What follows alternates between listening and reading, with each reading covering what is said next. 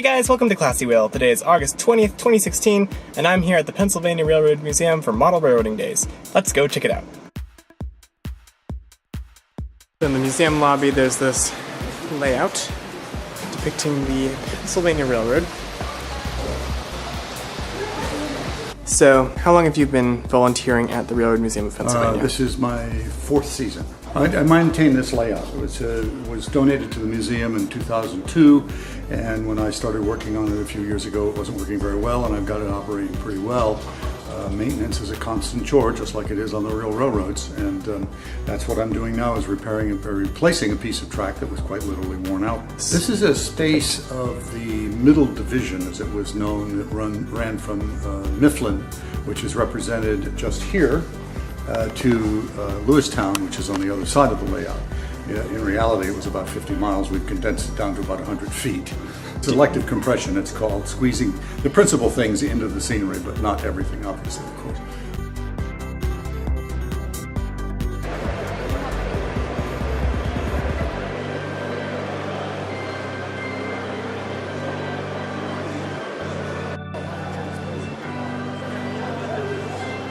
I chose to model Manayunk, Pennsylvania, where the Pennsylvania Railroad crosses over on a very large concrete viaduct. What I was really interested in was this idea of forcing the perspective of two different scale trains.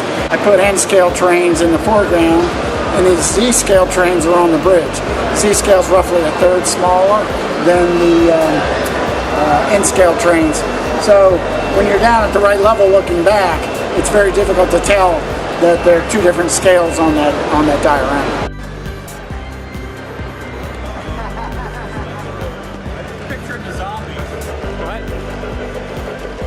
Stillmeadow Crossing, it started off as a men's fellowship group out of a church over in York named Stillmeadow, and so we just added the crossing part to railroad terminology. Which of these modules is yours? I have two over here on the straight section and the curvo. That was our first curve section that we built. I'm an HO scaler. This happened to be something I did just because the majority was O scale, and we decided that'd be our first layout, or our first modular was going to be an O scale. How do you feel about working in O scale as compared to HO? Difference in detail stuff, but that's why we put a lot of work into the detail on these. And these are all set up by what they call NMRA, which is National Model Railroad Association standard.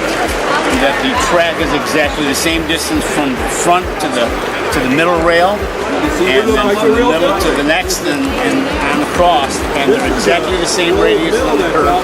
So technically, we can link up with these guys and extend our layout. So in addition to several modular railroad exhibits, there's also this station where you can build trees for your model railroad. So since you've probably seen I have a model railroad by now, I'm going to make a trip. First, let's dip it in this I know where you stand, silent in the tree, and that's where I am, silent in the tree. Why won't you speak where I happen to be? Silent in the tree, standing cowardly. I can feel your breath. Alright, that's all we have for today. Please be sure to like and subscribe, and come back Friday for part 2 of our coverage. Also, I have a question for you guys. Do you prefer model trains or real trains, or do you just not care? Tell me below in the comments. So did you... Yeah.